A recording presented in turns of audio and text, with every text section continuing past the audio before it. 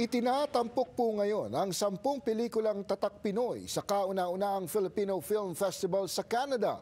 Silipin po natin ang Cine Film Fest sa report ni Paula Saraza. Nagsimula na ngayong weekend ang kauna-unahang Filipino Festival sa Hotel X sa Toronto. It feels more like we've opened the door and we're going to start. You can use your heritage as a point of telling your own narrative. And they shouldn't be shy about that. Sinalubong ng mahabang pila sa mga sinihan ang unang araw ng screening ng Cinefilm Fest. 10 pelikula at 7 short films ang itatampok sa festival.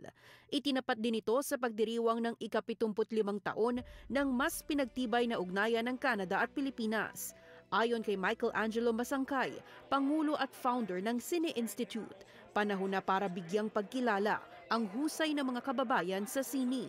It's been amazing seeing this ability for foreign language films to penetrate into English-speaking territories, but not as much Filipino content being able to penetrate into those territories. Nais niyang gamitin ang plataporma para mabigyan ng spotlight ang mga nasa likod ng kamera. Imbitado sa event ang mga direktor, producer at staff na kritikal ang papel sa pagbuo ng mga pelikula.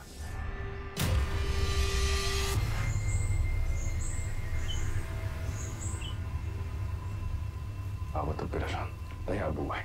Paula, sabi ko nga kanina, wow, hindi ako mapaniwala na andito ako sa Canada, sa Toronto, para sa Cine Institute. Nakakatuwa kasi lumalawak na yung industriya, hindi lang tayo sa Pilipinas, kundi pati dito sa Canada, hindi lang dito sa Canada, sa iba't ibang bansa na mga napuntahan namin, na bit-bit din namin ang topak. Nakaka-excite. Anti-Espanyol, anti-Iglesia. Ang importante, gawin mo ang tama.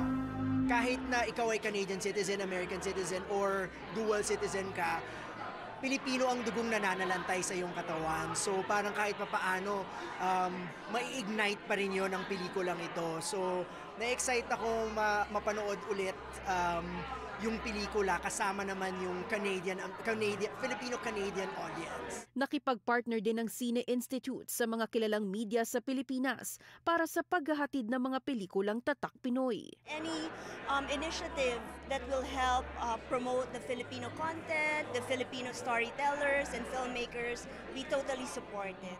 Pero bukod sa mga palabas at pagkakataong maka-Q&A ang mga direktor, mayroon ding production at acting workshops para sa mga interesadong pasukin ang film industry. This industry is a confluence of art, science, and business. And so there's so much opportunity for Filipinos who are hardworking as we are, English-speaking as we are, to be able to really grasp in one of those facets and excel in this industry. Cine Film Fest is just one of the major projects that Cine is doing. What's next? Yeah, so we're going to be working on a film caravan with the Philippine Consulate during TIFF, where we're going to bring restored classic Philippine cinema restored in 4K and tour it around Canada, so that we can provide stories from the past to give heritage to those who don't have access to that. Mapapanood ang 10 feature films at 7 short films na kabilang sa kauna-unahang Cinefilm Fest dito sa Hotel X ngayong weekend.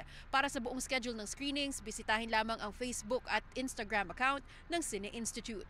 Paula Saraza, Omni News, Toronto.